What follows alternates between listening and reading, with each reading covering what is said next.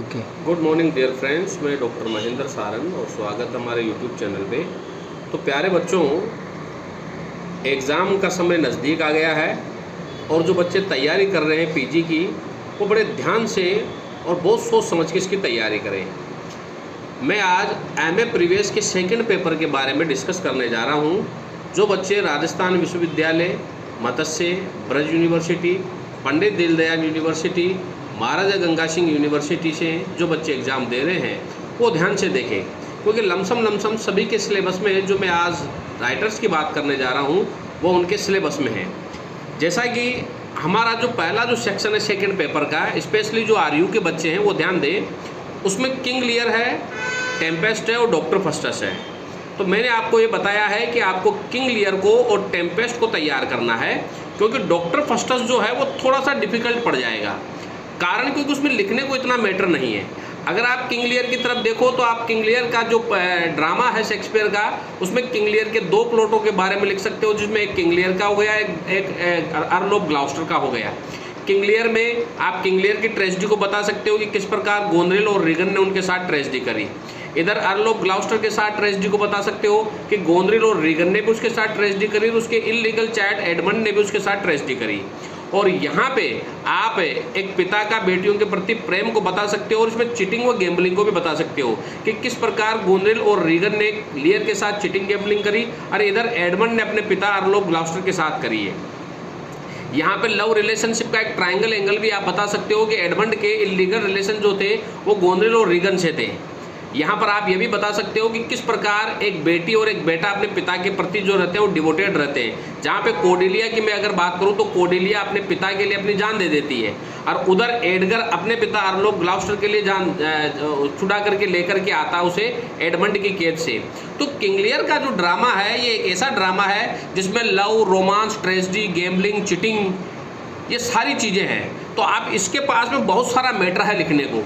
जब आप इस ड्रामा को पढ़ेंगे तब आपको ये सारी चीज़ें पता चलेगी और जब आप इसके बारे में डिस्क्रिप्शन लिखेंगे तो सबसे पहले राइटर का इंट्रोडक्शन, ड्रामा का introduction, source of the drama, theme plot of the drama, summary of the drama और कैरेक्टर ऑफ द ड्रामा, ये 6 पॉइंट तो आपको लिखने हैं। फिर इसके बाद में आप इसमें ट्रेजेडी को दर्शा सकते हो, लव, चिटिंग, गैम्बलिंग को दर्शा सकते हो और इसमें 15वीं सेंचुरी के कल्चर को बता सकते हो, जो क्वीन एलिजाबेथ का और किंग जेम्स का जो कल्चर था वो भी इसी तरह से था, उससे आप कंपैरिजन कर सकते हो उसमें। और फिर कंक्लूजन और क्रिटिकल नोट के साथ में इस ड्रामा को आप खत्म करें तो आपके 10 से 12 पॉइंट बन जाएंगे और एक अच्छा आंसर आप कंप्लीट कर पाएंगे। और यही चीज़ है टेम्पेस्ट में भी 2 राइवल रहते हैं, एक मिलान का राजा, एक नेपल्स का राजा। और यहाँ पर जो रहते हैं इसमें लव ट्राइंगल को बताया गया है, जो मिरांडा है उसका लव रिलेशनशिप जो रहता है वो फर्डिनेंड से रहता है। और यहाँ पे दोनों राजाओं के बीच में एक दूसरे के प्रति जो घृणा की भावना है उस चीज़ को भी इसमें दिखाया गया है और किस प्रकार एक भाई दूसरे भाई से चिटिंग करता है उस चीज़ को भी यहाँ पर दिखाया गया है। अच्छा, इसमें सुपर नेचुरल एलिमेंट को भी दिखाया गया है, क्योंकि यहाँ पर एरियल और अम्बारिल ऐसी जो कुछ आत्माएं हैं उनका भी इसमें जिक्र किया गया है।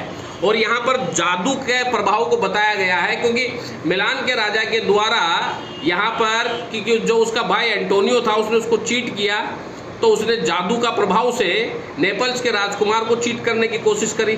तो इसमें भी एक तरह से 2 पार्ट इस ड्रामा के डिवाइडेड किए गए हैं। तो जिस तरह से किंग लियर के पॉइंट बनेंगे सेम वही पॉइंट इसमें बनेंगे।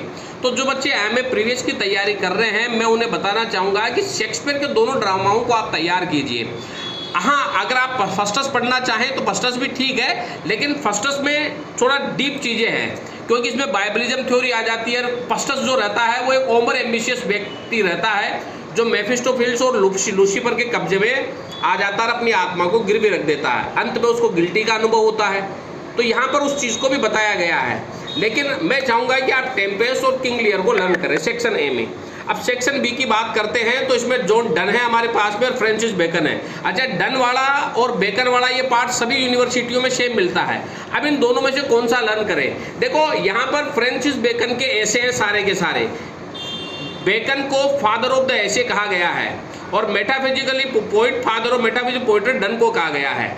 डन की कविताओं को आप देखेंगे तो उसमें मेटाफिजिकल थ्योरी का यूज हुआ है, जिसमें सोल लव और डिवाइन लव को बताया गया है। आप डन की किसी भी कविता को आप पढ़ेंगे तो आपको पता लगेगा कि डन ने अपनी सारी कविताओं में सोल और डिवाइन लव को बताया है। चाहे वो द फ्ली देख लो आप, वेरिफिकेशन फॉर बिडिंग मॉर्निंग देख लो आप, द सनराइजिंग देख लो आप, यार यहाँ पे कई सारी कविताएं और भी है डन के, कैनोनाइजेशन देख लो आप, एक्सटेसी देख लो, रेलिक्यू देख लो। तो आप जब डन का आंसर, आप डन को प्रिपेयर करने जा रहे हो ना, तो ये जरूर ध्यान में रखना कि बेकन और डन में से आपके एक्सप्लेनेशन भी आएगी। तो कुछ पेपर सेकंड में जो एक्सप्लेनेशन का जो मैटर होगा वो बेकन को, और अगर आप डन को पढ़ेंगे तो उससे आपका एक्सप्लेनेशन भी कंप्लीट हो जाएगी। लेकिन आपको दोनों में से पढ़ना एक ही है। अगर आप बेकन तैयार कर रहे हो तो डन तैयार न करें, डन तैयार कर रहे हो तो बेकन नहीं। अब इनको पढ़ना कैसे है?